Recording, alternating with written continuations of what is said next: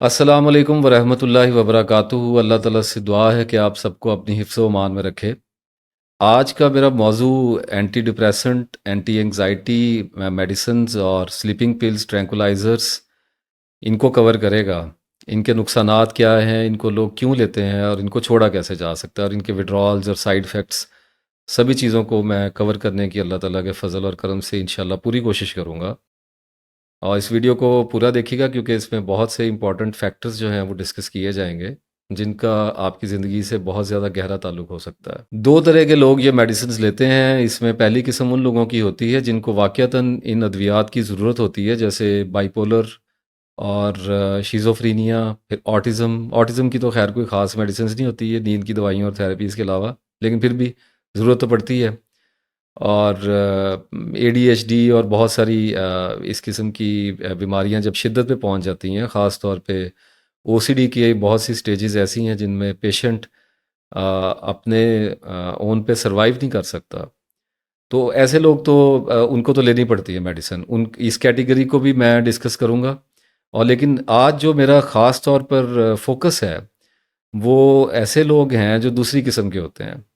ये वो लोग होते हैं जिनको एंटी एंग्जाइटी, एंटी डिप्रेसेंट और स्लीपिंग पिल्स और ट्रैंकुलाइजर्स वगैरह की बिल्कुल ज़रूरत नहीं होती, लेकिन डर और खौफ की वजह से, अपनी एंग्जाइटी, स्ट्रेस और डिप्रेशन से हौल खा के, खौफ खा के ये लोग स्कैट्रिस्ट के पास जाते हैं और वहाँ से डायग्नोज हो जाते हैं और फिर सारी ज़िंदगी मुसीबतों का एक नया दौर शुरू हो जाया करता है।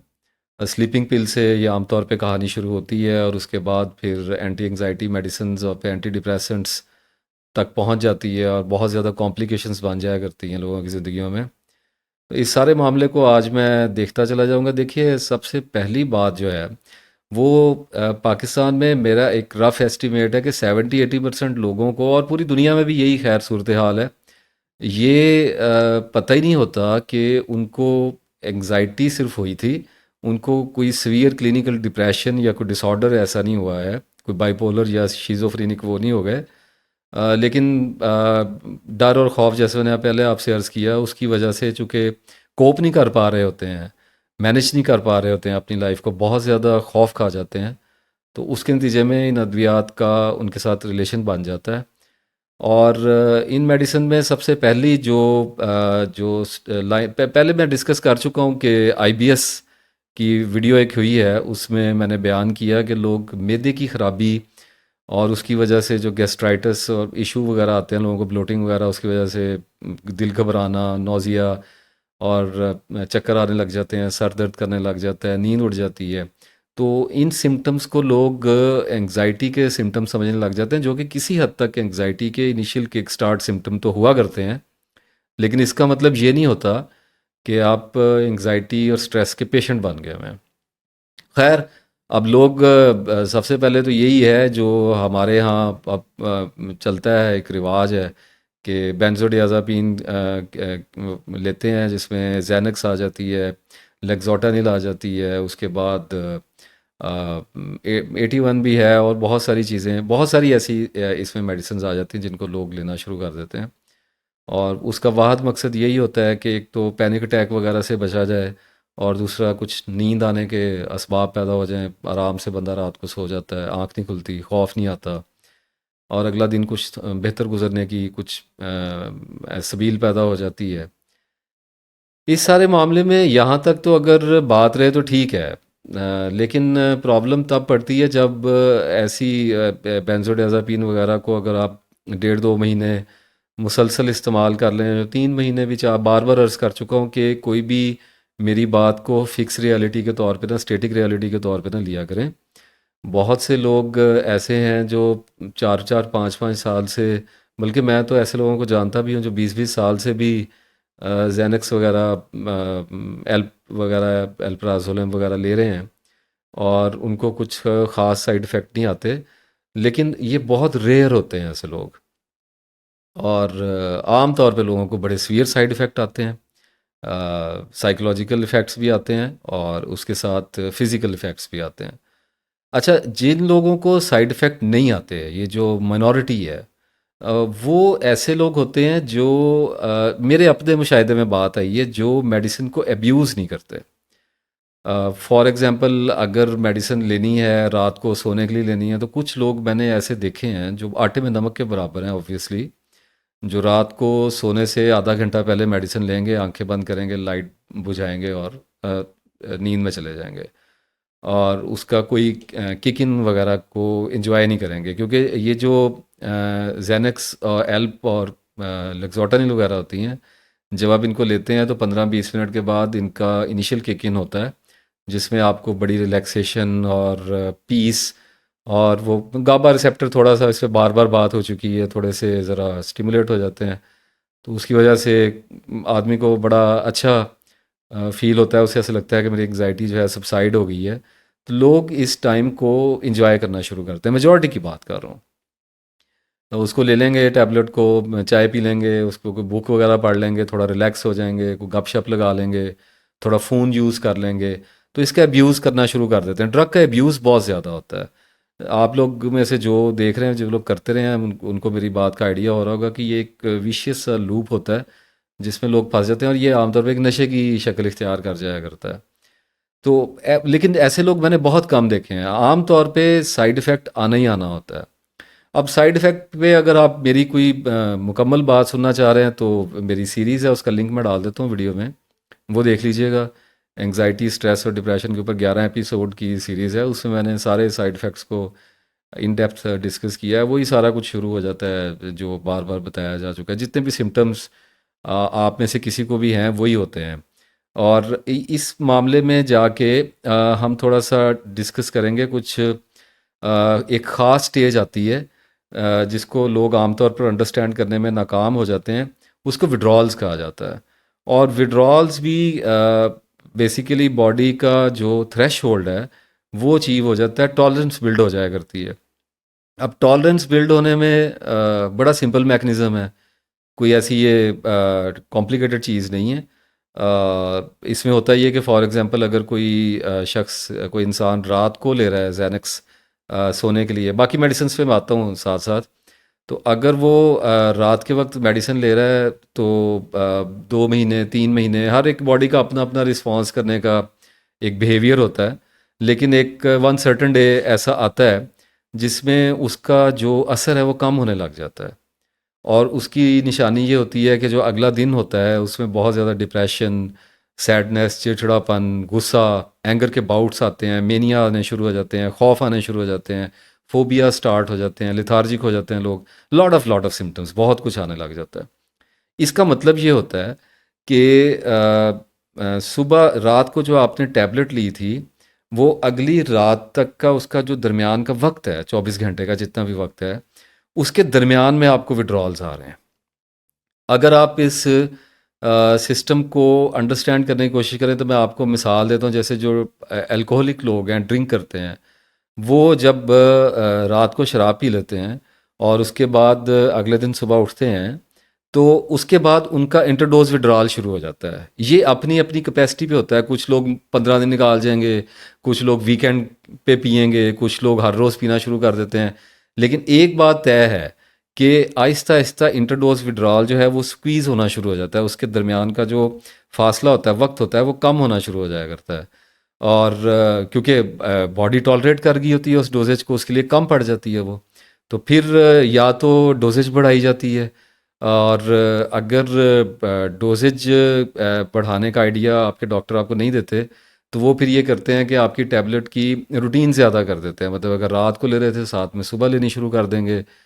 फॉर एग्जांपल अगर 0.25 या 0.5 mg या 1 mg अगर एक टाइम में ले रहे हैं रात के टाइम, तो डॉक्टर आपको सजेस्ट कर देंगे कि आप मॉर्निंग में भी एक ले लिया करें। तो उसमें होता ही है कि रात से लेकर सुबह तक का इंटरडोज, और सुबह से लेकर फिर रात तक का इंटरडोज।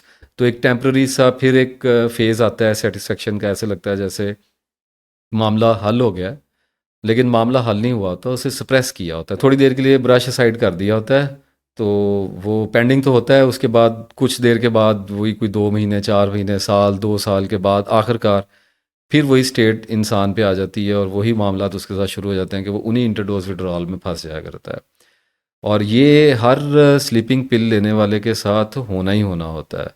उस 1% मिनॉरिटी को हम निकाल देते हैं, जो ज़रूरी नहीं है कि अगर आप अब्यूज़ नहीं करते तो आपको साइड इफ़ेक्ट नहीं आएंगे। साइड इफ़ेक्ट फिर भी आने होते हैं, बहुत कम। कोई जेनेटिक ऐसी कोई बॉडी होती है जो जिसको साइड इफ़ेक्ट कम आते हैं, आमतौर पे लोगों को आने ही आने होते हैं। ये जो इंटरडोज विड्रॉल की कहानी है ना, जब ये बढ़ती है ना तो फिर लोग परेशान होते हैं, बहुत ज़्यादा परेशान होते हैं, और फिर थेरेपी के सेशंस वगैरह शुरू हो जाते हैं, ज़िंदगी उजड़ने लग जाती है, और अजीब सा इंसान वसवसे और वहम में गिरफ़्तार हो जाता है, और फिर सिकेट्रिस्ट के चक्कर लगने शुरू होते हैं। वहाँ से फिर एसएसआरआईज़ और एंटी डिप्रेसेंट्स वगैरह जितनी भी हैं उनकी क्लासेस शुरू हो जाती हैं, फिर वो चीज़ें चल जाती हैं आगे, फिर फोबियाज़ वगैरह को डील करने के लिए मेडिसिन चल जाती है। अब ये कहानी बंदे की होगी कॉम्प्लिकेटेड, मर्द है या औरत है, यहाँ फंस गया, वो हुक हो गया इस सारी मसले के अंदर। तो मैं ये जो वीडियो आज लेके आया हूँ,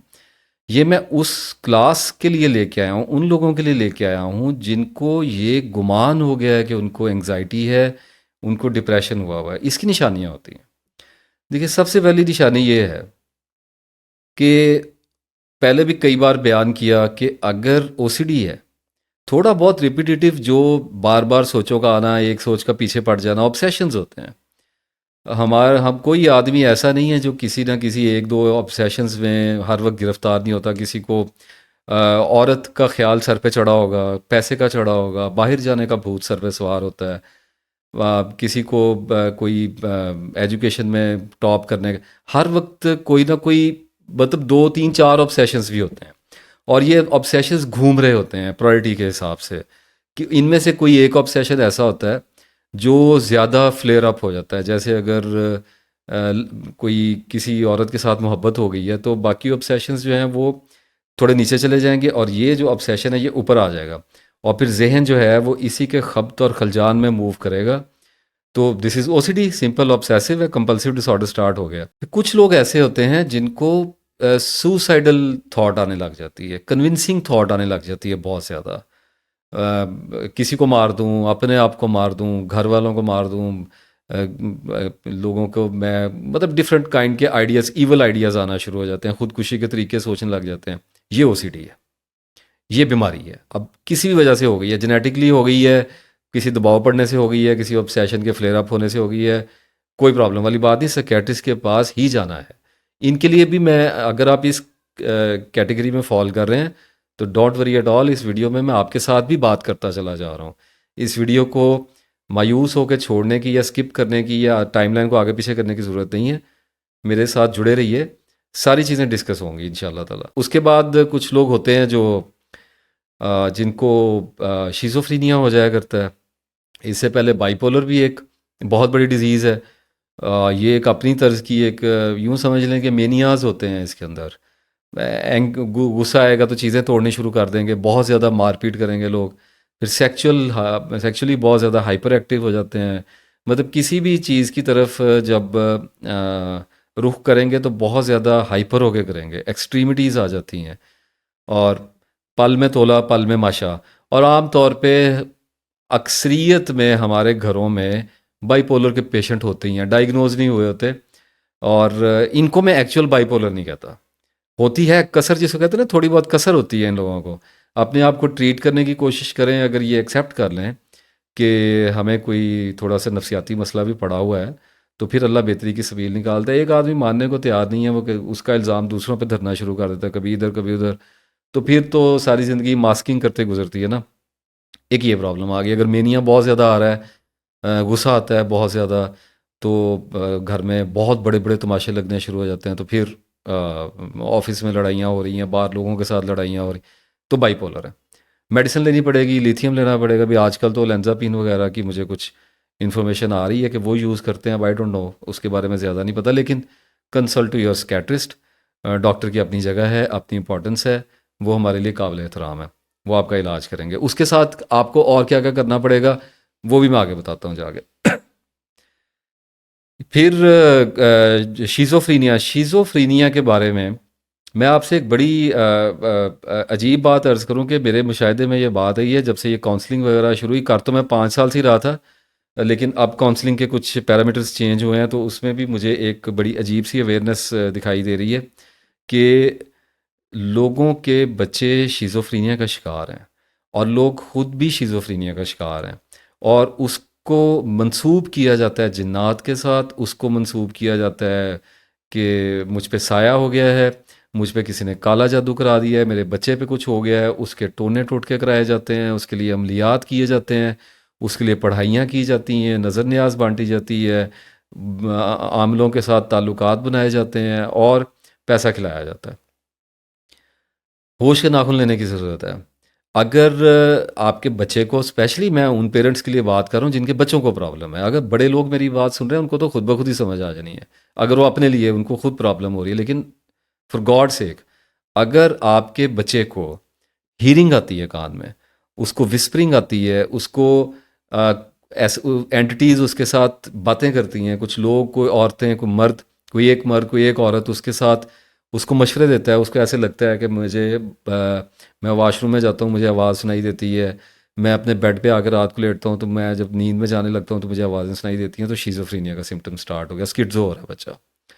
उसके बाद अगर हेलुसिनेशन आ जाती है, कुछ दिखाई दे रहा है, कुछ शेप्स नज़र आ रही हैं डिफरेंट काइंड की, ब्लैक आम तौर पे होती हैं, वाइट ऑर्स भी होते हैं लेकिन कम होते हैं, लेकिन ब्लैक ह्योले जिसको कहा जाता है, डिफरेंट काइंड की शेप्स होती हैं, तैरती हैं आंखों के आगे, उनमें बाज़ का अगर थोड़ा सा एडवांस चला जाए आदमी तो उसको उसमें फिर खौफनाक विजन्स आने लग जाते हैं, खौफनाक शक्लें नज़र आने लग जाती हैं, डराने वाली शक्लें नज़र आने लग जाती हैं, और फिर खुली आंखों के साथ नज़र आती हैं, बंद आंखों के साथ भी नज़र आती हैं। मौजू चूँकि सिर्फ शिज़ोफ्रेनिया को डिस्कस करना नहीं है, लेकिन कुछ मैं हिंट दे रहा हूँ। मुझसे बहुत लोगों ने ये मुझे कहा था कि आप जब काउंसलिंग हमारी कर रहे हैं तो इस पे आप किसी वीडियो में भी बात करें कि ये प्रॉब्लम्स जो जिन लोगों को आ रहे हैं वो इसका क्या करें। फिर लोगों के साथ एंटिटीज़ जो हैं, थोड़ा ये जब बहुत ज़्यादा कुछ आगे चला जाता है, अगर अनट्रीटेड छोड़ दिया जाए तो फिर ये है कि मुर्दे नज़र आने लग जाएंगे, फिर ज़ियारतें होनी शुरू हो जाएंगी। जो भी बैकग्राउंड है पेशेंट का, जिस भी परसेप्शन से वो आ रहा है, यानी अगर तो किसी गांव में रहता है बच्चा, मदरसे में पढ़ता है बहुत ज़्यादा, तो हो सकता है उसको कोई बुज़ुर्ग नज़र आने शुरू हो जाएं। अगर कोई बाहर बच्चे रहते हैं या कोई बड़ा रहता है, कोई एजुकेशन ज़्यादा है, तो हो सकता है कुछ और तरह की एलियंस वगैरह इस किस्म की चीज़ें नज़र आनी शुरू हो जाएं। मैं एलियंस पे वीडियो करना चाह रहा हूँ, उसका वक्त नहीं मिल रहा है, इंशाल्लाह बहुत जल्दी लेके आऊँगा। अच्छा, फिर अब ये जो हेलुसिनेशंस और हीरिंग जो आती हैं, और इससे पहले टाइनाइटिस वगैरह की एक प्रॉब्लम आती है, कानों में घंटियां बजने लगती हैं, इसको शिज़ोफ्रेनिया का सिम्टम समझना दुरुस्त नहीं है मेरे अपने ख्याल में, मेरी ज़ाती राय ये है। इसको टाइम देना चाहिए, और ये बाज़ात मेडिटेशन करने से हो जाता है, मुराकबे वगैरह जो लोग करते हैं उनके साथ ये शुरू हो जाता है। जो लोग फोकस करके तस्वीर कर रहे होते हैं, बैठ के किसी जगह पे अंधेरा करके या ध्यान एक जगह पे लगा के, किसी एक इसम वगैरह पे लगा के, उनके कानों में घंटियां बजने की तेज़ सीटी जैसी आवाज़ें आनी शुरू हो जाती हैं। और फिर उनको छोड़ना पड़ता है उस प्रैक्टिस को, और उसके बाद एक तवील अरसा इंतज़ार करना पड़ता है। सम टाइम ठीक हो जाती है, सम टाइम माइल्ड हो जाती है, सम टाइम बिल्कुल ठीक नहीं होती, डिपेंड्स, अल्लाह जानता है, शिफा अल्लाह देने वाला, दुआ करनी होती है अल्लाह ताला से। अगर नहीं हो रही, बहुत ज़्यादा वेट करने के बाद भी नहीं हो रही, तो फिर स्कैटिस्ट से कंसल्ट करें, इसकी कोई मेडिसिन ले लें आप। अब ये सारे मामलात होने शुरू हो रहे हैं और इसको मंसूब किया जा रहा है, डाइवर्ट किया जा रहा है इस सारी बीमारी को, और बजाय बच्चे को ट्रीट करने के या अपने आप को ट्रीट करने के, लोग, मैं आपसे एक दिल की बात अर्ज़ करना चाहता हूँ।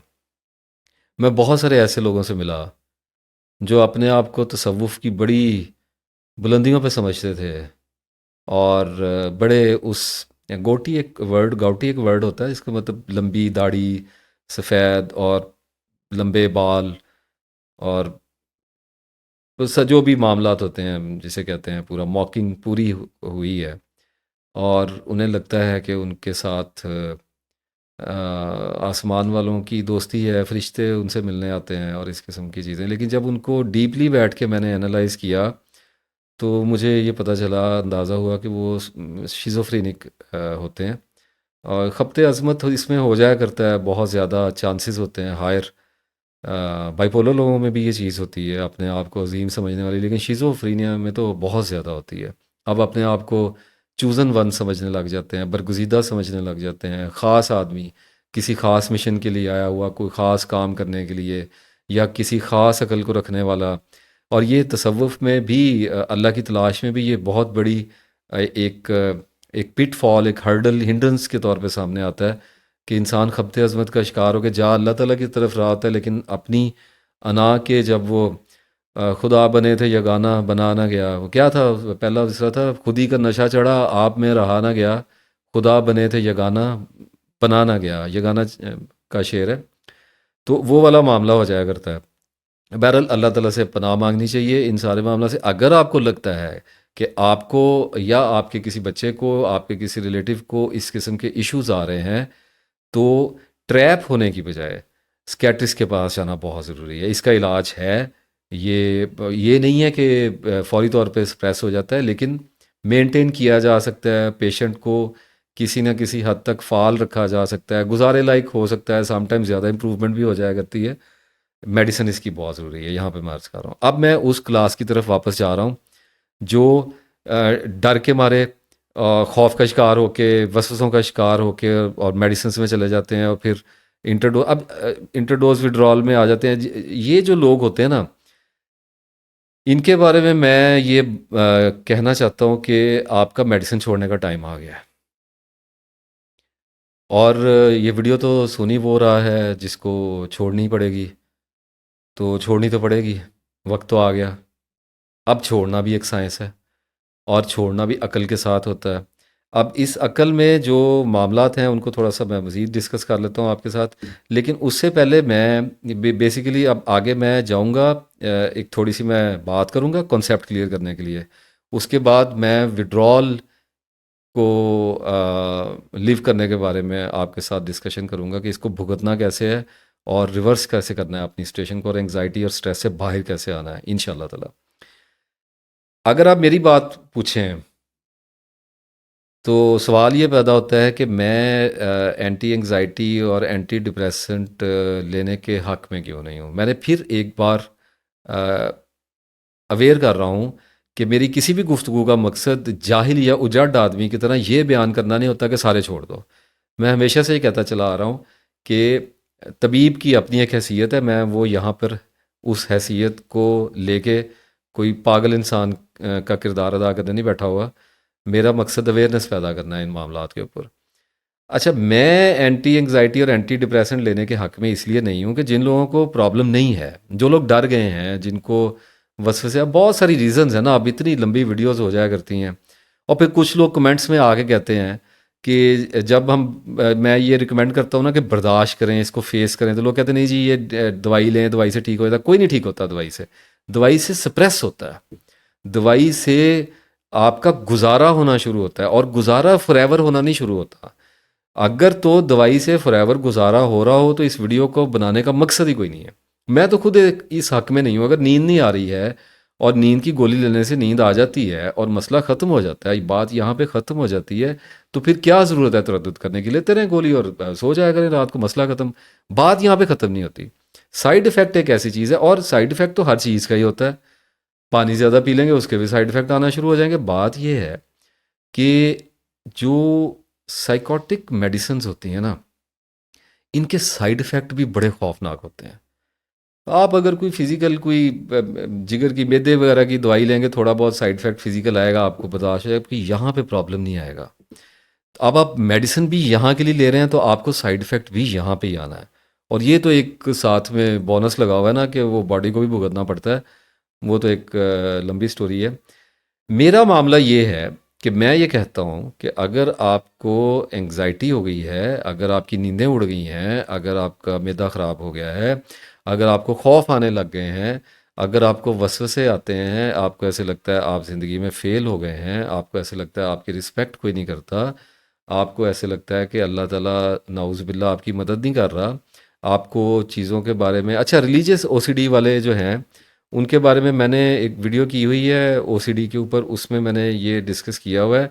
रिलीजियस ओसीडी अगर किसी को आता है, महरम हस्तियों के बारे में भी इसको बीच में ले लें, और जो पाक हस्तियाँ हैं, अम्बिया कराम हैं, बुजुर्गान दीन हैं, सहाबा कराम हैं, उनके बारे में अगर कुछ नाजेबा ख्याल आने शुरू होते हैं, उस वीडियो को देखिए।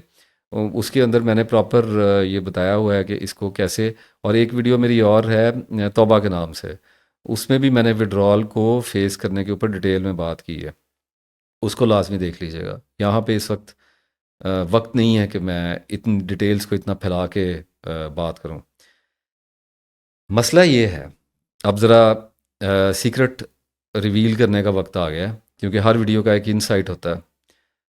और वो ये है कि मेरे नज़र में प्रॉब्लम एंटी एंग्जाइटी या एंटी डिप्रेसेंट मेडिसिन नहीं है।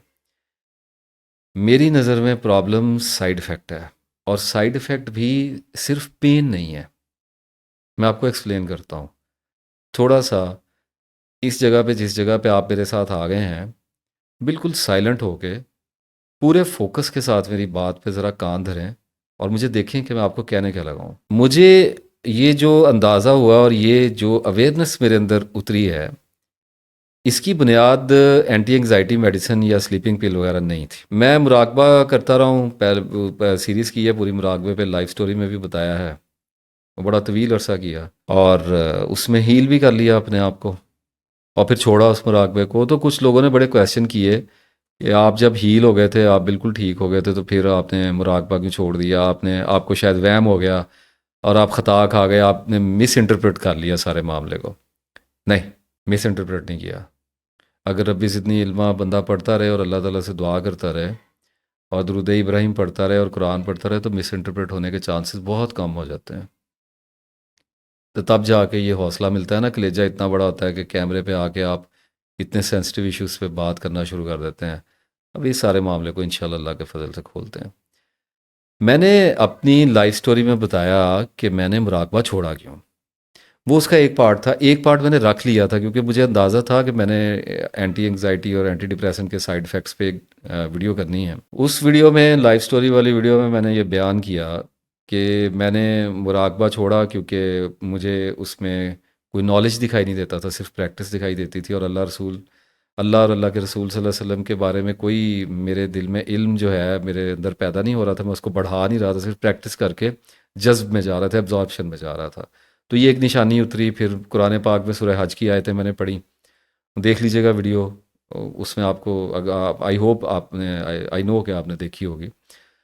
तो वहाँ से निशानी उतरी। फिर मैं अपने उस्ताद प्रोफेसर अहमद रफ़ीक अख्तर साहब के पास गया, वहाँ से वैलिडेशन लिया। ये तो मैंने बात कर दी, लेकिन ऐसा होता नहीं है। This is half of the battle. Half of the battle जो आपको मैं आज दिखाने लगा हूँ। ये सारी चीज़ का मुझे ख्याल क्यों आया? अगर मैं हील हो गया था, मेरे सारे प्रॉब्लम ख़त्म हो गए थे, एंग्जाइटी ख़त्म हो गई थी, स्टमक ठीक हो गया था, आईबीएस क्योर हो गया हुआ था, कुछ भी नहीं था लाइफ में, I was feeling like 16 years old at that time. तो फिर ये जो सोच मेरे अंदर फूटी है कि मुराकबा इस्लाम में कहाँ है, और अल्लाह ने इसका ज़िक्र कहाँ पे किया, अल्लाह के रसूल सल्लल्लाहु अलैहि वसल्लम ने कहाँ पे किया, और ये जो है मेरा इल्म अल्लाह के बारे में नहीं बढ़ रहा, अल्लाह के रसूल सल्लल्लाहु अलैहि वसल्लम, अपने महबूब अल्लाह ताला के और हमारे जो महबूब हैं सल्लल्लाहु अलैहि वसल्लम, उनके बारे में मेरी परसेप्शन इंटेलेक्चुअली इन्हेंस नहीं हो रही। ये सारी चीज़ मेरे जहन में कहाँ से आई है? आज आपको इसकी वजह बताता हूँ। कुछ बातें करनी मुश्किल बहुत होती हैं, लेकिन for the sake of awareness and for the sake of education, Allah ताला से दुआ है कि आपके काम आएंगी। हुआ ये कि जब मैं मुराकबा कर रहा था, तो मुराकबा मेरा ज़ोरों शोर से जारी था और बिल्कुल आई वॉज इम्यून, एक्सटैटिक, और सब कुछ था। कुछ चीज़ों पे डिटेल में बात कर चुका हूँ, कुछ हैं जिन पे नहीं करूँगा, उनका फ़ायदा कोई नहीं डिस्कस करने का। आप यूँ समझिए कि एक perfect life, sort of perfect life गुजर रही थी। तो एक दो मामलात हुए जिसकी वजह से खुद की, क्योंकि काम एक पहले भी बताया ज़रूर करता था कि जब भी मुराकबे के लिए बैठता था तो दुरूद इब्राहिम पढ़ता था, मुनाजात करता था, कुछ दुआएं थीं वो पढ़ता था, और अल्लाह ताला को वास्ता देता था कि जो कुछ भी कर रहा हूँ, ये तेरी मोहब्बत में, तेरी तलाश में। अपने आप को ठीक करना तो इसका एक मकसद है, लेकिन प्राइमरी नहीं है। बेसिकली असल बात तो ये है कि मैं तेरी तरफ बढ़ना चाहता हूँ, तो अगर ये रास्ता मेरे लिए ठीक नहीं है तो मुझे इससे हटा ले। लेकिन अब अकल में था कुछ नहीं, तो रास्ता ठीक समझ के ही कर रहा था ना। लेकिन इनसिक्योरिटी हमेशा से अपने अंदर एक रखी हुई है कि अपने आप को कभी भी मुकम्मल तौर पे 100% दुरुस्त नहीं समझ सकते, वरना मारे जाएंगे। अकले कुल तो नहीं है ना हम लोग, बड़ी महदूद सी अकल है। तो दुआ करनी पड़ती थी अल्लाह ताला से। तो अल्लाह ताला ने क्या किया कि मुझे 2 निशानियाँ भेजीं। अब 2 निशानियाँ, अब आप ये ना समझिएगा कि ये बात एंटी डिप्रेसेंट की वीडियो से होती हुई मुराकबे में गई है, ऐसे नहीं हो रहा। ये एंटी डिप्रेसेंट से होती हुई मुराकबे में गई है, और फिर मुराकबे में से होती हुई वापस अपने ट्रैक पे जब आएगी तो फिर आपको समझ आएगी कि मैं इधर को आया क्यों था। हुआ ये कि एक दिन छुट्टी थी, मैं अपने घर पे ही था, और बड़ी पुरानी बात है, मेरी तीसरी बेटी जो है, तीसरे नंबर वाली, आयशा नाम है उसका, वो नीचे खेल रही थी। सुबह 10-11 बजे का टाइम था शायद, और मेरा ख्याल है मैं ऊपर कुछ कोई डॉक्यूमेंट्री शायद देख रहा था अपने कमरे में। अब आई कुडंट रिमेंबर एग्जैक्टली कि what I was doing at that time. Anyways, तो मेरी जो बीवी है, मेरी वाइफ, ऊपर आई और उसके चेहरे पे हवाइयाँ उड़ी हुई थी, और उसने मुझे कहा कि आप फौरी तौर पे नीचे आएँ, जल्दी आएँ ज़रा। मैं नीचे उतरा तो मेरी बेटी जो थी वो क्रॉलिंग करती थी उस वक्त। वो बैठी हुई थी, फर्श पे ही क्रॉलिंग कर रही थी, वहीं बैठी हुई थी, और मेरी अम्मी हयात थी, मेरी वालदा उस वक्त, अल्लाह उनको जन्नत में आला दर्जात और मुकाम अता फरमाए, मैं उनको याद करता हूँ। और वो ज़मीन पे बैठी हुई थी, और एवरीबॉडी वाज मिस्टीरियस। अजीब सा बिहेवियर था, परेशान, रंग उड़े हुए। और मैं पूछ रहा हूँ बार बार कि हुआ क्या है, मुझे बताओ तो सही, क्योंकि नज़र कुछ नहीं आ रहा है, परेशान हो। मुझे ऐसे लगा जैसे मेरी बीवी के अंदर हिम्मत नहीं हो रही है मुझे बताने की, कोई इतनी बड़ी बात होगी। तो मैंने कहा मुझे परेशान ना करो, मुझे बताओ मामला क्या है, कुछ पता तो चले। तो उसने मुझे कहा कि मैं घर की सफाई कर रही थी, तो अ, आयशा जो है ये मेरे पीछे पीछे क्रॉलिंग करती फिर रही थी, खेल रही थी घर में पूरे में। तो अचानक मुझे ऐसे लगा जैसे इसके मुंह में कुछ चीज़ है। बच्चे अक्सर मुंह में क्रॉलिंग करने वाली कोई चीज़ नज़र आती है, पकड़ के मुंह में डाल लेते हैं। तो कहने लगी कि मैंने उसको देखा, तो मैंने कहा शायद कोई कैंडी वगैरह इसको मिली होगी या कोई रोटी का टुकड़ा होगा। फिर मैंने सोचा कि देख ही लूँ मुंह में क्या डाला हुआ है, तो मैंने जब इसका मुंह खोला तो उसके अंदर से जो जो चीज़ बाहर आई है ना, उसको देख के मेरे होश उड़ गए हैं। वो किसी सूखी हुई छिपकली का सर था। वो हुआ ये कि कुछ छिपकली गिरी है बेड के नीचे, और वो गिर गई और वो मर गई, पता नहीं क्या हुआ, आई डोंट नो, किसी को भी नहीं पता। तो वो सूख गई, कोई पीछे गिरी बेड पे, काफ़ी पीछे जाके, पीछे अलमारी कैबिनेट कैबिनेट वगैरह बनी हुई थी लकड़ी की, वहाँ पे नुक्कड़ पे कहीं पड़ी। तो अब वो कहीं क्रॉलिंग करते ही शायद बेड के नीचे चली गई, या मेरी वाइफ ने सफाई करते हुए झाड़ू से वो निकाल लिया बाहर, तो वो नज़र नहीं आया पड़ा हुआ। तो बच्ची ने उठा लिया और उसने उसको चूसना शुरू कर दिया। अब अम्मी मेरी परेशान, और अम्मी मुझे कहती है कि नासिर, इसको ले जाओ फौरी तौर पे डॉक्टर के पास ले जाओ, पता नहीं कब से चूस रही थी, मछली के छिपकली के अंदर तो जहर होता है। तो अब मेरी बीवी के हाथ कांपने लग गए, उसने कहा कि जल्दी कर लें, मैंने अभी निकाल लिया, तो मैं फ़ौरन ऊपर भाग के आपको बताने आ गई हूँ। मैंने अपनी बेटी को देखा, और मुझे ऐसे लगा कि इसके अंदर कोई सिम्टम नहीं है, शी इज़ फाइन। और मेरे दिल में खौफ का कोई रिपल नहीं था, इज़्तिराब की कोई लहर नहीं दौड़ी, और मेरे दिल की धड़कन तेज़ नहीं हुई, और मेरा सांस चढ़ा नहीं, और I was quite, I was stable.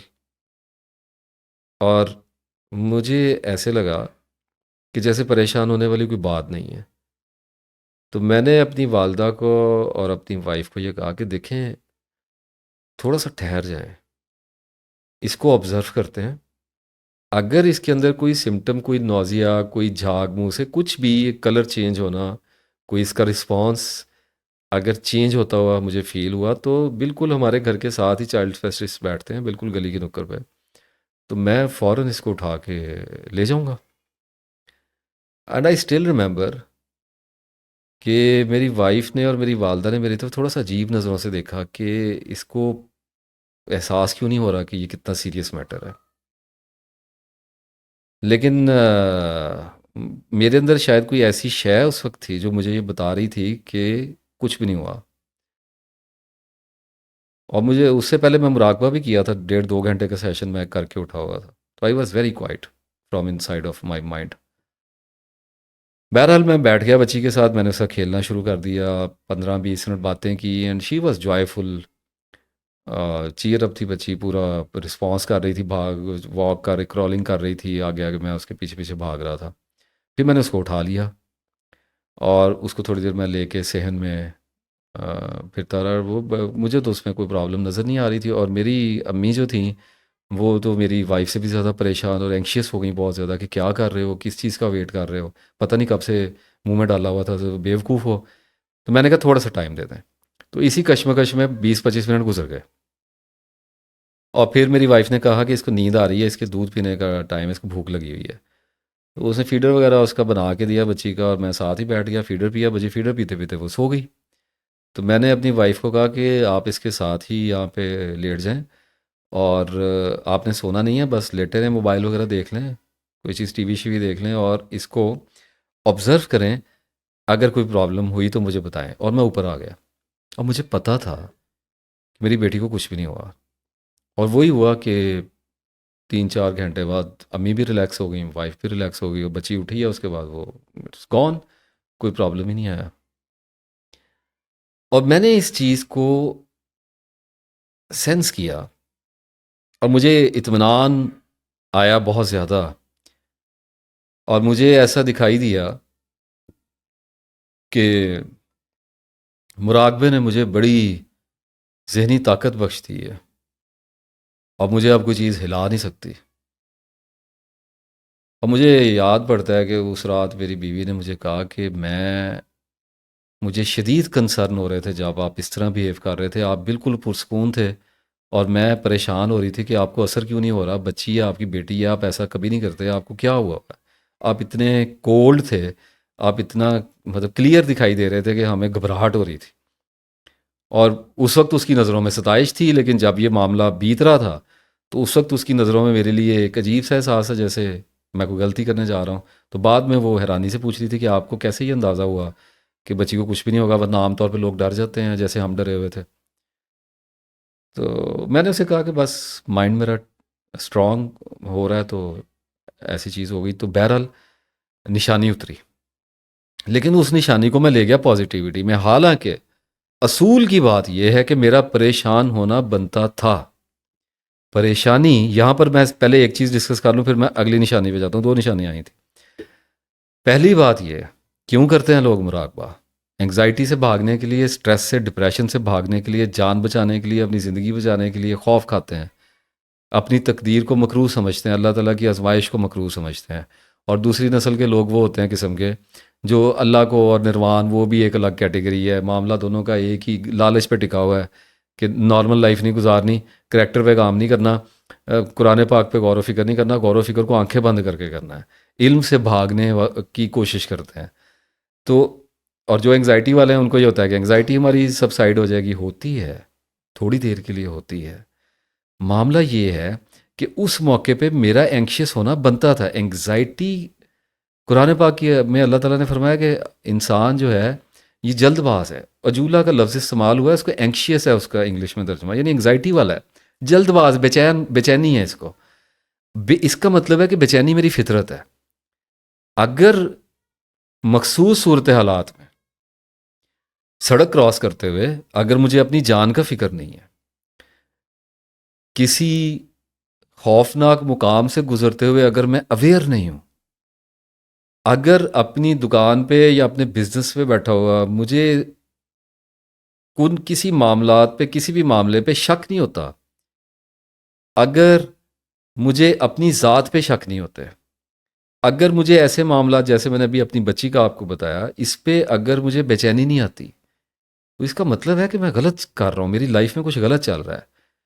ये पुरसकून होना कैसा पुरसकून है कि ठीक है, मजबूत असाब एक चीज़ होते हैं, आई अंडरस्टैंड कि स्ट्रॉन्ग नर्व्स होते हैं कुछ लोगों के, लेकिन ये गॉड गिफ्टेड होते हैं। और कुछ आप इंटेलेक्चुअली इसको थोड़ा सा, और फिर कुछ नॉलेज के साथ सब्र आ जाया करता है, और आदमी चीज़ों को बर्दाश्त करने की अहलियत अपने अंदर पैदा कर लेता है। लेकिन ये क्या है कि आपके सामने एक ऐसी सिचुएशन रखी गई है जिसमें आपके अंदर इज़्तिराब आएगा तो आप अपने बच्चे को लेके हॉस्पिटल जाएँगे। प्रिकॉशन ही सही, खौफ़ एक हद तक ज़रूरी है हमारे लिए।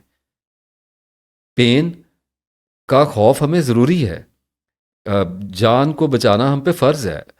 तो इसी तरह से अपने बच्चों की हिफाजत, अपने माल की हिफाजत, अपनी ज़िंदगी को एक सर्टेन डायरेक्शन में चलाने की एक मखसूस हद तक, हद से बड़ी हुई नहीं, एक मखसूस हद तक कंट्रोल जो है एक बड़ी माइल्ड फॉर्म में हमारे लिए ज़रूरी है।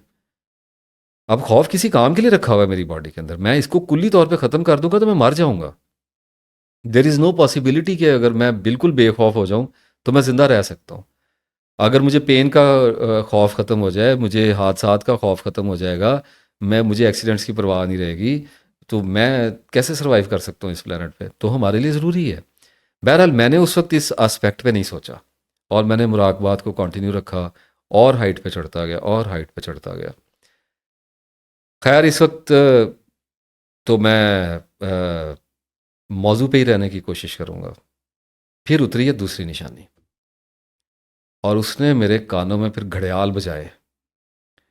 और वो कहते हैं ना, जिसने बचना चाहा ना उसको बचा लिया जाता है। अगर आप अपने आप पे शक करते रहें हमेशा, कभी भी ये इम्कान अपनी ज़िंदगी से खारिज ना करें कि आप गलती पे हो सकते हैं, तो आपके बचने के चांसेस हायर हो जाते हैं, बहुत हायर हो जाते हैं। अब दूसरा वाकया सुनिए। मैंने मुराकबा क्यों छोड़ा? और लोग कहते हैं कि इसको गलत फहमी हो गई। अब बताता हूँ आपको कि हुआ क्या था। कहते हैं, देखने वाली आंख हो ना तो दीवारों के बीच में से भी शक्लें नज़र आने लग जाती हैं, आईनों की ज़रूरत नहीं पड़ती। मेरी बड़ी जो दो बेटियां हैं, मेरी सबसे बड़ी बेटी का नाम फातिमा है और उससे छोटे वाली बेटी का नाम जैनब है।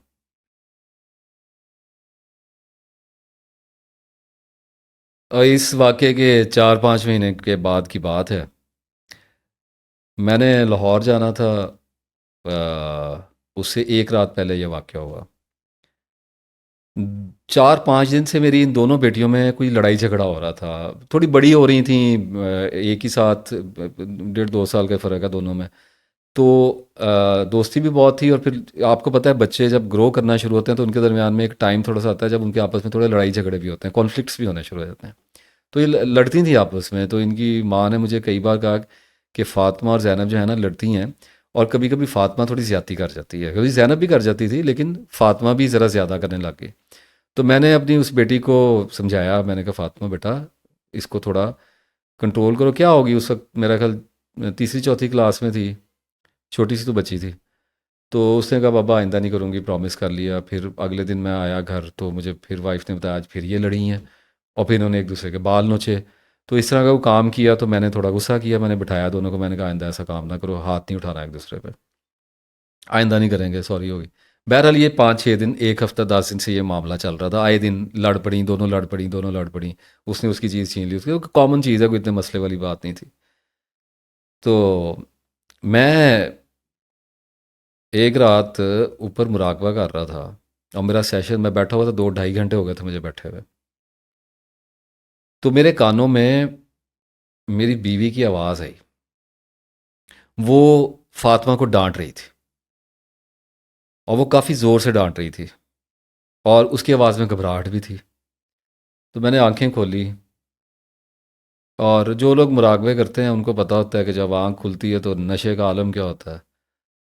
खैर मैंने दरवाज़ा खोला, अपने आप को थोड़ा स्टेबल करने के बाद, एक दो इतनी देर में आवाज़ें नीचे और ऊंची हो गई, अम्मी भी बोलने लग गई। तो मैं नीचे गया तो फातिमा खड़ी हुई है और मेरी वाइफ उसको डांट रही है और ज़ैनब एक नुक्कर में रो रही है। तो पता लगा कि फातिमा ने कोई चीज़ मारी है जिसकी वजह से उसके शायद माथे पे कोई पता नहीं ब्लीडिंग, और मुझे याद नहीं है प्रॉपर, काफ़ी पुरानी बात है, 2018-19 की बात है। तो उसके चोट लगी और उसके थोड़ा सा ब्लड निकल आया साइड से, या पता नहीं होंठ पे लगी, कुछ ऐसा मामला हो गया। और मेरी वाइफ ने मुझे देखा और उसने मुझे कहा कि इस लड़की का मुझे इलाज समझ नहीं आ रहा क्या करना, अब देखें इसने ये कर दिया। तो मैंने अपनी वाइफ को कहा कि no problem, I will deal, कोई इशू नहीं है। मैंने अपनी बेटी फ़ातिमा, जो कि मुझे अपनी जान से भी ज़्यादा अजीज़ है, उसको मैंने उसका बाजू पकड़ा और उसको सीढ़ियाँ चढ़ा के ऊपर लेके आया। मैंने उससे कोई बात नहीं की। वो डर गई, उसने कहा शायद बाबा डांटेंगे। तो लेकिन मैंने क्या डांटना था। मैं उसको ऊपर वाले कमरे में लेके आया और मैंने उसको अपनी टेबल के पास खड़ा किया और मैंने उसको कुछ नहीं कहा। मैं दरवाजे की तरफ बढ़ा। मैंने स्विच बोर्ड पे जो लाइट का बटन था उसको ऑफ किया। दरवाजे में हो गया, कमरे में हो गया अंधेरा। मैंने दरवाज़ा कर दिया बंद बाहर से और कमरे में अंधेरा हो गया। पिच डार्क हो गया।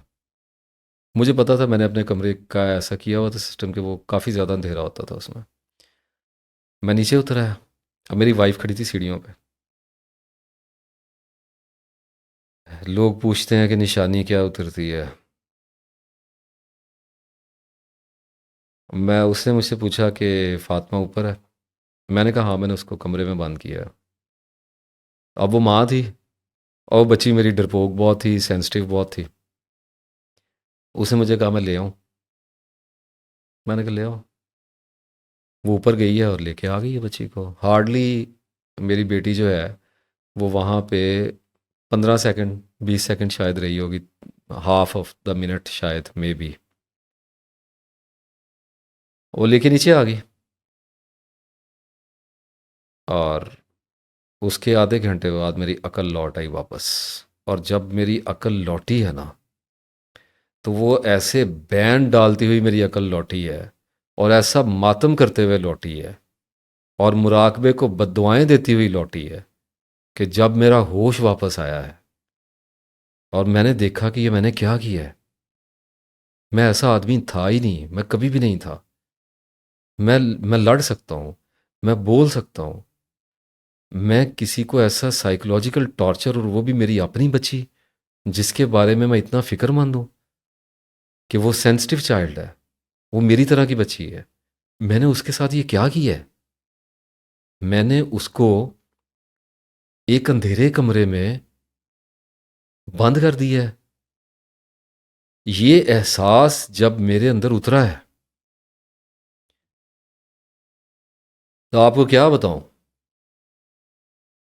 कि रूह तो छलनी होगी मेरी। और मैंने अपनी वाइफ को ऊपर बुलाया और मैंने उसे कहा कि ये मैंने क्या किया है। उसने मुझे कहा कि मैं भी यही सोच रही हूँ कि आपने क्या किया है। आप तो इन चीज़ों को समझने वाले हैं। तो मैंने फिर उससे पूछा कि फ़ातिमा डरी होगी। पूछा उससे। उसने कहा हाँ, मैंने पूछा। तो उसने कहा कि मुझे थोड़ा डर लगा था, लेकिन फिर अल्लाह ताला ने मेरा डर दूर कर दिया। खैर, मैंने उसके बाद अपनी बेटी को ऊपर बुलाया और उससे माफ़ी मांगी। और उसके बाद मैंने उससे पूछा, मैंने कहा बेटा जब मैंने दरवाज़ा बंद किया तो क्या हुआ। उसने कहा पापा जब आप दरवाज़ा बंद करके बाहर गए हैं ना, तो कमरे में बिल्कुल अंधेरा हो गया, मुझे अपना हाथ भी नज़र नहीं आ रहा था। तो मैंने अल्लाह से दुआ की कि कोई फेरी भेज दो, कोई परी भेज दो। पता नहीं बाबा मुझे यहाँ से कब निकालेंगे। मैं डर गई। अब बच्ची ने डर कहा। पता नहीं कितना बड़ा पैनिक मैंने उसको दे दिया, उसके अपने बाप ने। मुराकबा। और फिर वो मुझे कहने लगी कि बाबा फिर मेरी नज़र पड़ी तो आपके कमरे में ना इंटरनेट की डिवाइस पड़ी हुई थी, उसकी दो लाइट्स चल रही थी। तो मैं उनके पास जाके खड़ी हो गई। वो ग्रीन कलर की लाइट्स थी और उनमें एक लाइट स्टेबल जल रही थी और एक ब्लिंक करती थी। तो मुझे ऐसे लगा जैसे अल्लाह ताला ने ये परी मेरे लिए भेजी है। तो फिर मुझे डरने लगा।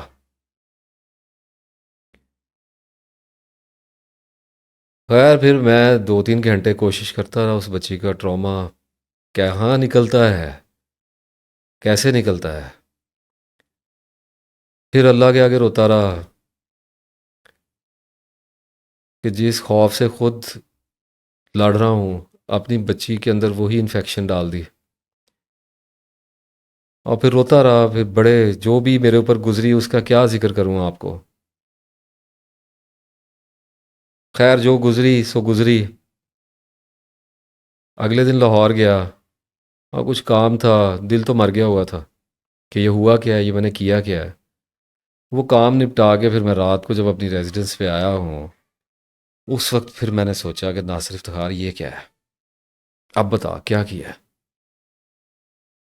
खड़ा कर लिया मैंने अपने आप को, फिर अब पूछा, और मुझे उस वक्त, आपको पता है क्या जवाब मिला? मुझे उस वक्त ये पता चला कि मैं अल्लाह की तरफ नहीं जा रहा, मैं शैतान की तरफ जा रहा हूँ। ये जो जुल्म मेरे से सरजद हुआ, मुराकबात करने वाला आदमी, हर वक्त मस्त रहने वाला आदमी, एक्स्ट्रा सेंसरी परसेप्शंस में रहने वाला आदमी अपनी बच्ची के साथ ये कैसे कर सकता था? उस दिन के बाद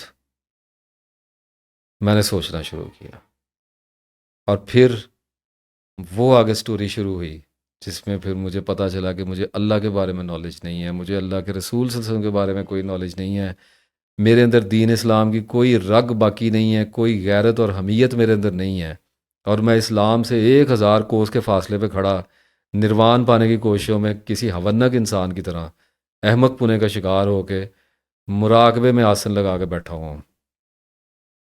और फिर मैंने पढ़ना शुरू किया, और मेडिटेशंस को और साइड इफ़ेक्ट्स को और चीज़ों को, और फिर खुल गई एक दुनिया ना, फिर अल्लाह ताला ने फिर नुकसान हुआ।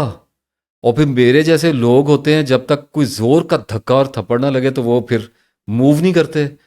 तो इतने सालों से दुआएं कर रहा था कि अगर मुराकबा ठीक नहीं हटा ले, अगर मुराकबा ठीक नहीं हटा ले, फिर अल्लाह को पता था हटता तो ये है नहीं। तो फिर अल्लाह ने मेरी नफ्सियात के अंदर चोट मारी, और मारी चोट, और वो चोट पड़ी तो होश ठिकाने आए, और फिर मैंने देखना शुरू किया। तो हो क्या रहा था?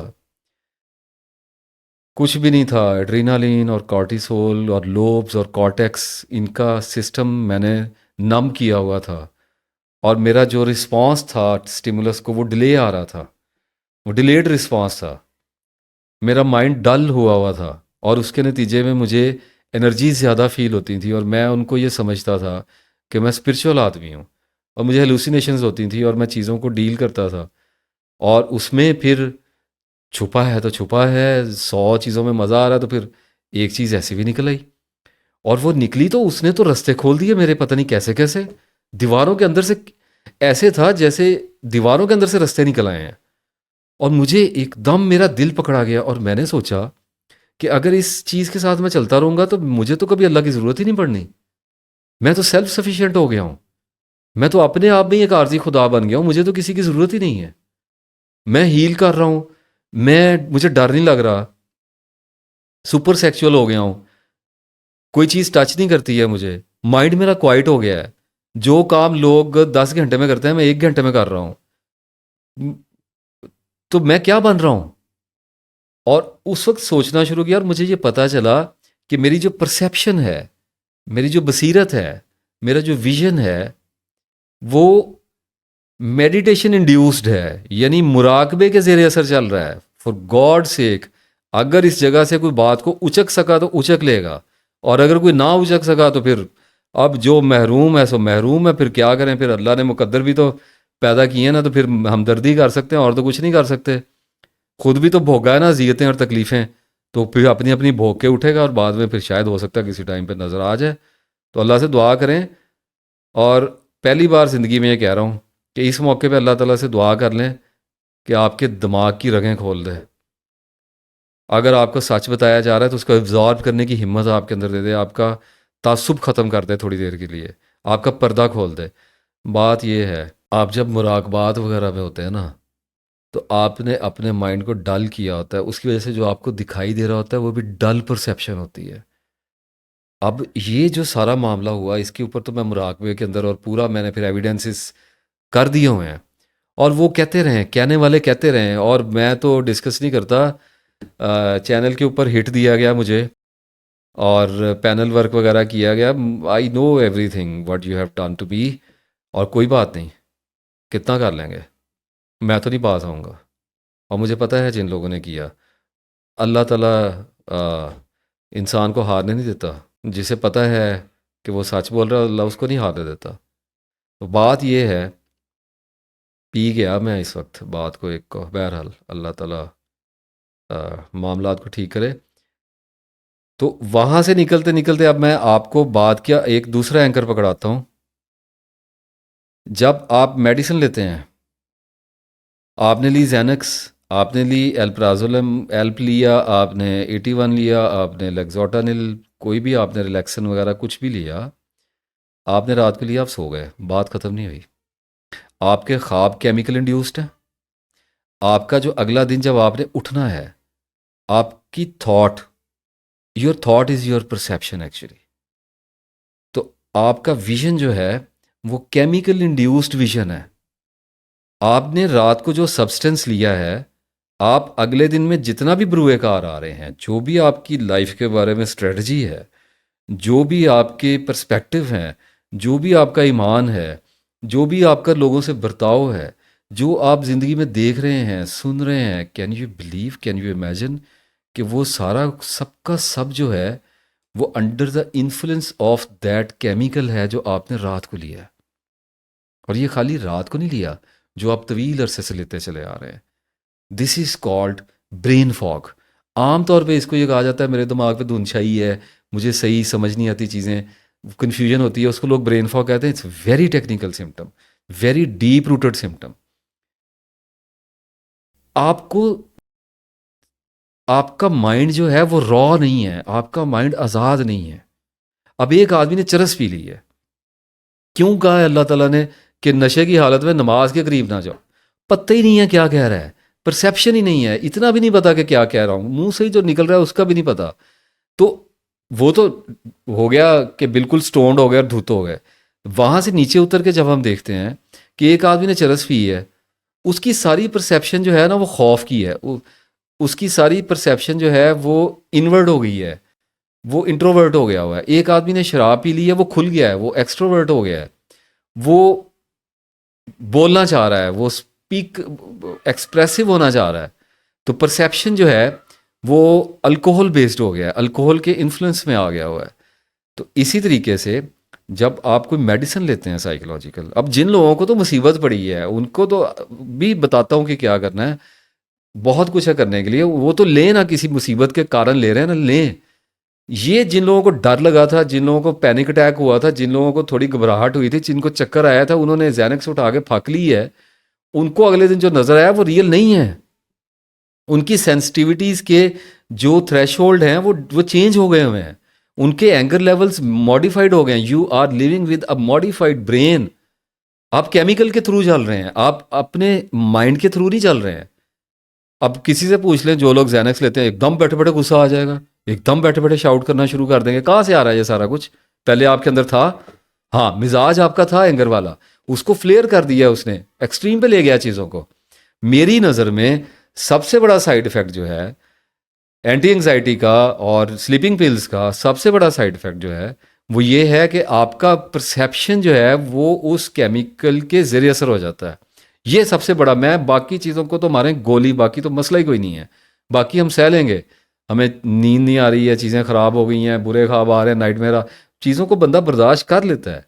एक जहन्नम हमीम भी होती है, अजीम भी होती है। एक तरह की नहीं है जहन्नम है, कई तरह के हैं। अजाब एक किस्म का नहीं होता है। तो बात यह है कि जब आप अपनी ज़िंदगी में बुरुएकार आएंगे, जब आप अपने बीवी बच्चों के साथ ज़िंदा रहना शुरू करेंगे, माँ बाप के साथ, बहन भाइयों के साथ, दोस्तों के साथ, तो आपको पता है आपकी लाइफ में कितना बड़ा ये मोल्ड, आपकी ज़िंदगी में कितना बड़ा मोड़ कटवा रही है आपको ये medicine. Can you see right now कि मैं आपको जिस जगह पे लेके आया हूँ, आपको ये नज़र आ रही है जगह? अगर आपको ये जगह नज़र आ रही है तो आपको विड्रॉल को फेस करना पड़ेगा। आपको ये देखना पड़ेगा, इंसान अपनी जान पे बाखबर है भाई साहब। अगर आप खातून हैं, अगर आप मर्द हैं, आप कोई भी हैं, स्पीशीज़ में से है ना, ह्यूमन बीइंग्स में से हैं, आपको मेरी बात समझनी पड़ेगी कि आपको पता है कि आपको कितनी एंग्जाइटी है। आपको सबसे ज़्यादा पता है किस चीज़ की थेरेपी लेने जाते हैं। चले जाएं, जो लोग बहुत ज़्यादा डरे हुए हैं चले जाएं, मैं रोकता नहीं हूँ, बार बार मुझे काउंटर करना पड़ जाता है अपनी स्टेटमेंट को। लोग बड़े सादा होते हैं, फौरी तौर पे एक्ट कर जाते हैं। फौरी तौर पे एक्ट ना किया करें, रुका करें, चीज़ों को देखा करें, समझा करें। कई कई साल रुकना पड़ जाता है, कई कई साल चीज़ों को देखना पड़ जाता है, सब्र करना पड़ता है, तब जाके रिजल्ट समझ में आता है, तब जाके शऊर में अल्लाह ताला देता है। फटाफट नहीं करने वाले काम होते ये, ज़िंदगी के बड़े बड़े मामलात होते हैं। अब बात ये है कि अगर तो आपको पता है कि आपकी नींद उड़ी है, आपको बुरे ख्वाब आते हैं, ख्वाब में डर लगता है, आपको स्लीप पैरालिसिस हो जाता है, लेटे हुए बोझ पड़ जाता है, हिला नहीं जाता, आपको चलते हुए पैनिक अटैक हो जाता है, आपको सोशल एंग्जाइटी होगी, सोशल फोबियाज हो गए हैं। अगर आपको लगता है लिफ्ट में नहीं बैठ सकते, क्राउड में नहीं जा सकते, घर में गेस्ट आते हैं उनके साथ उनको बैठ नहीं सकते, अगर आपको ये लगता है कि आप आई कांटेक्ट नहीं हो रहा आपका लोगों के साथ, अगर आपको लगता है आपकी सेक्स ड्राइव लो हो रही है, अगर आपको ये लगता है कि आपके अंदर लेज़ीनेस बहुत ज़्यादा आ रही है, अगर आपको ये लगना शुरू हो गया है कि आपकी क़ुव्वत फ़ैसला जो है वो डल हो रही है, अगर आपको ये लग रहा है कि आपको वसवसा आता है, अगर आपको लगता है कि आपको रात को छत गिर जाएगी, मेरे ऊपर ये हो जाएगा, वो हो जाएगा, मैं मरने वाला हूँ, ये सारा कुछ जो मैं आपको बता रहा हूँ, वो यहाँ पे रुकें। इसके लिए दवाई मत खाएं। 2 रास्ते जा रहे हैं, यहाँ से स्प्लिट हो रहा है रास्ता, खा लें, रोड निकल जाएगी, उधर को निकल जाएगी, साइकोटिक पेशेंट हो गए, बस बात खत्म। कितनी देर ज़ैनक्स से गुजारा कराना, ज़ैनक्स तो चीज़ ही कुछ नहीं है, आगे तो बड़ी बड़ी बलाएं पड़ी हुई हैं। एसएसआरआईज की एक पूरी दुनिया है, आप उसमें जाएंगे, वहां तो ऐसे ऐसे तमाशे आपके साथ होने हैं, फिर आप तो मदद नहीं किए जाएंगे। तो एक रास्ता इधर को निकलता है, वो रास्ता ये है, वो हौसले का है, वो हिम्मत का है, वो अल्लाह ताला के ऊपर तवक्कल रखने का है, तकवा रखने का है, और मामले की जड़ को इन्वेस्टिगेट करने का है कि हो क्यों रहा है मेरे साथ। एमरजेंसी में ले लें, 1 दिन, 2 दिन, 3 दिन, 4 दिन, 5, 6 और 7, bus stop. Don't go more than 2 weeks, I am telling you. और 2 वीक्स भी मेरी नज़र में डेंजरस है, लेकिन कितने का मैं हार्ड क्राइटेरिया सेट कर सकता हूँ, आखिर तो कुछ चीज़ें लेनी पड़ेंगी। तो अगर बहुत ज़्यादा पैनिक आया, बहुत खौफ आ गया, दिल पत्ते की तरह कांप रहा है, ले लें भाई, ले लें ज़ैनक्स वैनक्स ले लें, रिलैक्स हो जाएं। उसके बाद जो कुछ इस वीडियो में मैं बता रहा हूँ, रिसर्च करना शुरू करें, अपनी बीमारी को समझना शुरू करें, अपने फियर्स को फेस करना शुरू करें। किसी वजह से आए हैं ना, सेंसिटिविटी बहुत ज़्यादा होगी, ट्रॉमा आ गया होगा, बीवी के साथ ताल्लुकात ठीक नहीं होंगे, बाप के साथ ठीक नहीं होंगे, माँ के साथ लड़ाई हो रही होगी, बहन भाई के साथ कंपटीशन पड़ गया होगा, कोई भाई अमीर हो गया होगा, कोई गरीब रह गया होगा, इसी किस्म के इश्यूज आ रहे होते हैं। फिर ज़ाती महरूमियाँ होती हैं, पैसा कमाने की कोशिश कर रहे होंगे ना, नहीं कमाया जा रहा होगा, 20-20 साल से फेलुअर में जा रहे होंगे, और क्या होना है। कौन सी आपने इस दुनिया में ऐसी मुझे चीज़ ला के दिखा देनी है जो मेरे नॉलेज में नहीं है और सिर्फ आपके नॉलेज में आ गई है। हम इसी दुनिया में रहते हैं, आप और मैं इसी प्लेनेट पे रहते हैं। क्या आया होगा आपको, डेथ हो गई होगी किसी बिलवड वन की, आई नो ये बहुत मुश्किल है बर्दाश्त करना, लेकिन करना तो पड़ेगा। हम सब मरते हैं, सबको आती है मौतें। इसका मतलब, गम का मतलब ये नहीं है कि हम दवाइयाँ फाँकनी शुरू कर देंगे।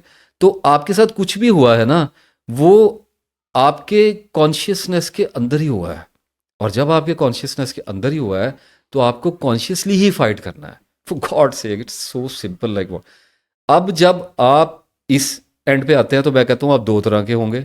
या तो अभी आपने मेडिसिन नहीं ली और आप अपने डर खौफों में घूम फिर रहे हैं और आपको समझ नहीं आ रही क्या करना है, और कभी आप दम कर रहे हैं, कभी आप तस्बीहां कर रहे हैं, कभी कुछ कर रहे हैं। रुक जाएं, आएँ, तस्बीहात जारी रखें, और मैं आपको बताऊंगा कि आगे किधर को जाना है। फिर दूसरे आप वो होंगे जो तवील अरसे से मेडिसिन ले रहे हैं। अब इसमें आपकी क्लासिफिकेशंस होंगी, कैटेगराइज्ड हुए होंगे आप किस जॉनरा में फॉल कर रहे हैं। अगर आपका क्लीशे ही बन जाता है सारा, अगर आपका ये वाला मामला है कि आप जैनक्स ले रहे हैं, लेक्सोटानिल ले रहे हैं, एल्प्राजोलम ले रहे हैं, तो कोई परेशानी वाली बात नहीं है, ठीक हो जाएंगे आप। जितने भी लंबे अरसे से ले रहे हैं ठीक हो जाएंगे। रुकना पड़ेगा, अब इसको फेस करना पड़ेगा। इस दवाई को सारी ज़िंदगी नहीं खाया जा सकता। जिन लोगों ने सारी ज़िंदगी खाना है उनके बारे में मैं बता दूं, जो कुछ लोग हैं ना जिन्होंने खाना है, बाइपोलर के हो गए हैं, और उसके बाद जो है वो अपना कौन से होते हैं, शिज़ोफ्रेनिक, आपको बताया, ऑटिज़म के पेशेंट हैं, बच्चे वगैरह जो होते हैं उनको लेना पड़ती है, उनको काम डाउन रहने के लिए। बहुत ज़्यादा हाइपर होते हैं बच्चे, वो उनको चाहिए होती है। फिर ये जो होता है, जिन लोगों को हार्ट के पेशेंट हैं, कैंसर के पेशेंट हैं, पेन्स जिनकी बहुत ज़्यादा इनह्यूमन है, और जैसे अब अगर हार्ट का पेशेंट है, ओपन हार्ट सर्जरी हो गई है, तो या स्टेंट्स वगैरह इस किस्म की चीज़ें पड़ गई हैं, तो अब उनको तो खुद कार्डियोलॉजिस्ट रिकमेंड कर देते हैं कि आप ज़ैनक्स वगैरह ले लिया करें, आपको काम डाउन रहने की ज़रूरत है, ले लें। उन पे तो हम नहीं मैं तो नहीं रोक सकता। तो शदीद तकलीफ दे जो बीमारी है, एक्चुअल में शदीद तकलीफ है, ये नहीं कि घुटने में दर्द हो रही है पकड़ के जैनक्स फाँक ली, सर में दर्द हो रहा है 2-4 दिन, 10 दिन, 15 दिन, 1 महीना नींद नहीं आई, पकड़ के जैनक्स फाँकनी शुरू कर रही है, कोई सोल्यूशन है? किसने आपको बताया कि आपको इंसोम्निया हो गया? उड़ जाती है नींदें। इस दुनिया में आना है तो नींदें उड़नी ही उड़नी है, किसी ना किसी स्टेट पे तो उड़ी जानी है। इसका क्या मतलब है कि अब दवाइयों पे चले जाएंगे? तो देख रुकना होता है। तो अब ऐसे लोगों ने लेनी है। अच्छा, अब विड्रॉल पे आ गए हम लोग। तो अगर तो आप ये वाली ले रहे हैं जो मैंने बताया है, जैनक्स वैनक्स ले रहे हैं, तो मेरे साथ आप चलते रहेंगे और मैं आपको बताऊंगा आपने क्या कहना है, अगर करना है। अगर आप बिल्कुल भी नहीं ले रहे और एंग्जाइटी आपको हुई है, तब भी आपको पता चल जाएगा। अच्छा, फिर आपकी ज़रा स्टेज थोड़ी सी आगे बढ़ी हुई है। अगर आपको बाइपोलर हुआ हुआ है, अगर आप शिज़ोफ्रेनिक हैं, आपको ये सिम्टम्स हैं जो मैंने आपको बताया, तब भी आप मेरे साथ आगे चलते रहें। मेडिसिन आप नहीं छोड़ेंगे। आप अपनी कोई भी मेडिसिन अपने डॉक्टर से कंसल्ट किए बगैर नहीं छोड़ेंगे। और जिन लोगों को हीरिंग और हेलुसिनेशन होती है ना, शिज़ोफ्रेनिया का, सुसाइडल आता है, इस किस्म की प्रॉब्लम्स जो कि बहुत ही ज़्यादा क्रूअल होती हैं और उस पर आदमी के उलट जाने के, कोलैप्स कर जाने के चांसेस बहुत हायर होते हैं, उनको मैं बिल्कुल रिकमेंड नहीं करता कि वो अपनी मेडिसिन ना छोड़ें। लेकिन काम उनको भी करना है, ठीक तो अपने आप को करना है ना। ये तो नहीं कि अब सारी ज़िंदगी हाथ छोड़ के बैठे रहेंगे, कुछ नहीं हुआ, कुछ नहीं हो सकता, ये नहीं हो सकता, वो नहीं हो सकता।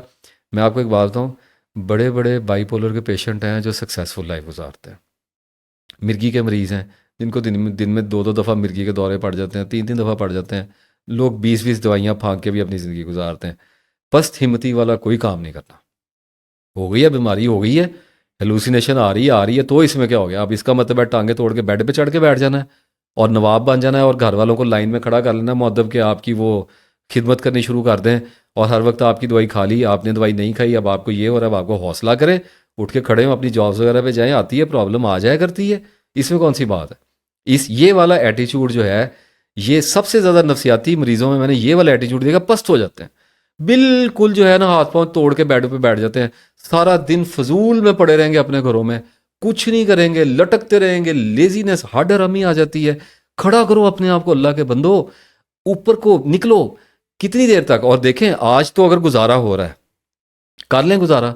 अगर आज माँ बाप हैं सर पे, या किसी बहन भाई ने बोझ उठाया हुआ है, या बीवी जॉब पे लगा दी बेचारी आपका बोझ उठा रही है, कोई बच्चे आपका, कब तक उठा लेंगे? मर्ज तो बढ़ता जाएगा। जितना ज़्यादा इसको अनट्रीटेड छोड़ेंगे, जितना ज़्यादा इसके साथ कंप्रोमाइज़ करके लिव करने की कोशिश, ये दुबकने तो नहीं देती बीमारी। ये तो आप जितना टनल के अंदर घुसते हैं, ये तो आपके पीछे और घुसती है और आपको आगे लेके जाती है। कहाँ तक जाएंगे आप? ये तो आपको बहरहाल एनीवेज, तो उठना पड़ता है और अपनी ज़िंदगी को चलाना पड़ता है। बीमारी बहाना नहीं होती, ये बात मैं आपको बता दूं। बीमारी एक आजमाइश होती है, अल्लाह ताला की तरफ से आई होती है, मुकद्दर में लिखी होती है, हमारे अपने कारण आई होती है, अपने हाथों की कमाई होती है। बाज़ दफ़ा पीछे इनहेरिटेंस से आ जाती है, कोई भी मामला हो गया, आखिरकार तो हमारे मुकद्दर में थी तो हम तक पहुंची है ना। तो कितनी देर तक मातम, सोग का कितना देर, चलो हो गया, 2-4 महीने, 6 महीने, साल निकल गया है, 2 साल निकल, अब तो उठें। सारी ज़िंदगी तो कोई आपको नहीं पालेगा, सारी ज़िंदगी तो आपको कोई चार पहियों पे लटा के झूले नहीं देगा ना माय डियर। उठना तो आपको पड़ेगा। तो उठने के लिए आगे क्या करना है वो मैं बताने लगा हूँ, लेकिन यहाँ पे सबसे पहले मैं बात करूँगा उन लोगों के लिए जो घुसपैठिए हैं, एंग्जाइटी, स्ट्रेस और डिप्रेशन वाली बीमारियों में इंट्रूड किए, मैं पनाह लेने के लिए आ गए। हाडरामी वाले लोग थे, माजरत के साथ, माइंड ना कीजिएगा मेरी बात को। सेंसिटिव लोग थे, थोड़ा सा डर गए और थोड़ा सा कोई दबाव आया तो माइंड कर जाता है ना उल्टे सीधे काम, पैनिक शैनिक दे जाता है, थोड़ा पसीने पसूने छूट जाते हैं, तो घुस गए दवाइयों के अंदर और पनाह ले ली, और अब कर दिया अनाउंस कि मेरा तो मसला ही नफसियाती, मैं तो कर रही, अपने अंदर भी अनाउंस कर देते हैं, अपने बाहर भी अनाउंस कर देते हैं, और ज़िंदगी को कालक मल के बैठ जाते हैं। इससे ज़्यादा कम हिम्मती वाली मैंने कहीं पे एग्जाम्पल नहीं देखी जो मैंने एंग्जाइटी के पेशेंट्स में देखी। उठना पड़ेगा भाई, काम करना पड़ेगा, हो गई है बीमारी तो हो गई है, इसका क्या मतलब है? एक आदमी को कोई जिगर ख़राब हो गया, कोई चीज़ हो गई है, घुटने में प्रॉब्लम है, एनीथिंग कैन बी हैपन, कुछ भी हो सकता है। तो इसका मतलब ये है कि आप सारी ज़िंदगी पड़ा रहेगा चार पाई पे, ऐसे तो नहीं ज़िंदगी गुजरेगी, करना तो पड़ेगा ना कुछ ना कुछ। इस मामले में जो लोग, जिनको मैंने स्पेसिफिक सेट ऑफ सिम्टम्स बताया है, उसमें वर्टिगो भी डाल लें, चक्कर आने वाला भी डाल लें, थोड़ा सा कानों में अगर हल्की दर्जे की सीटी बजती है वो भी डाल लें, और पैनिक शैनिक और ये वो सारे लोग, अगर आप जैनिक्स ले रहे हैं, बंद करने का टाइम आ गया। अगर आप एंटी डिप्रेसेंट ले रहे हैं, वहाँ तक जाना है, इससे आगे नहीं जा रहे, बाईपोलर तक नहीं जा रहे, शिज़ोफ्रीनिया तक नहीं जा रहे, और ऑटिज़म पे नहीं जा रहे, उसके बाद ओसीडी के एक्सट्रीम जो रिपीटिटिव थॉट्स हैं उसमें नहीं जा रहे, उससे पीछे पीछे जितनी भी आवाम खड़ी हुई है ना, उनके लिए छोड़ने का टाइम आ गया। छोड़ने के दो तरीके। पहले तरीके में, कंसल्ट टू योर स्कैट्रिस्ट। अपने स्कैट्रिस्ट, अब स्कैट्रिस्ट हजरात की एक मुसीबत है, दे आर प्रोफेशनल्स। अब वो प्रोफेशनल्स हैं बेचारे, उनका कसूर कोई नहीं है, जिसने दिहाड़ी में 50 मरीज चेक करने हैं, वो विड्रॉल्स को कहाँ स्टडी करता फिरेगा। और मैं तो आपको बताता हूँ, मुझे तो आप उल्टा सीधा नहीं कर सकते, मुझे तो सैकेट्रिस्ट भी फ़ोन करते हैं, साइकोलॉजिस्ट भी करते हैं, डॉक्टर्स भी करते हैं, सर्जन्स भी करते हैं, हर तरह के बंदे का फ़ोन आता है। मुझे पता है कि डिप्रेशन जब आता है ऐसे, जब आप एंग्जाइटी की मेडिसिन या कोई भी चीज़ छोड़ने की कोशिश करते हैं या खा भी रहते हैं, तो एंटाडोज विड्रॉल भी आएगा, छोड़ेंगे तो विड्रॉल भी आएगा। इसने ये तो नहीं देखना कि आप सैकेट्रिस्ट हैं या आप सर्जन हैं या आप क्या हैं, इसने तो आ जाना है। तो मानते तो नहीं है, क्योंकि आमतौर पे आप मेडिकल किसी भी, अगर आप डॉक्टर से या किसी से पूछते हैं तो वो कहते हैं 10-15 दिन का विड्रॉल होता है। अरे भाई, कहाँ 10-15 दिन का विड्रॉल होता है, कैसे 10-15 दिन का विड्रॉल होता है।